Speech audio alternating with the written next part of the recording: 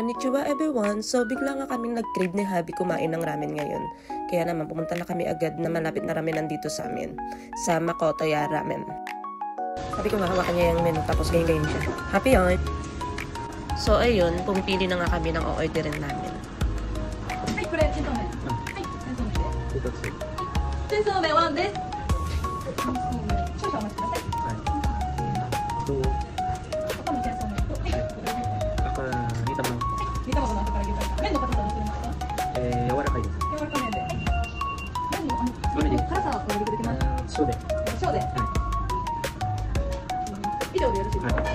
Wow! So ayun guys, dumating na yung order naming ramen. Grabe, ang ganda ng presentation. Itadakimasu!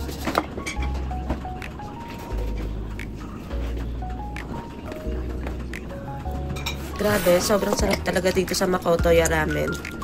Nagustuhan ko nga dito ang creamy ng broth, yung spicy niya, tama lang yung level, hindi nakakasuya.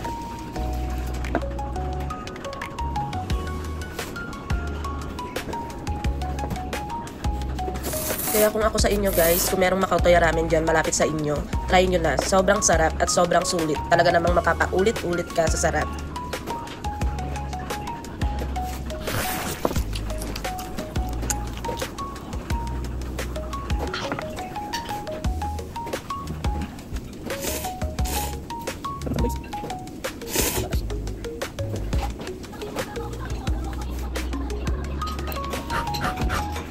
Kaya kung craving kayo ng authentic ramen, experience, highly recommended, Makotoya Ramen.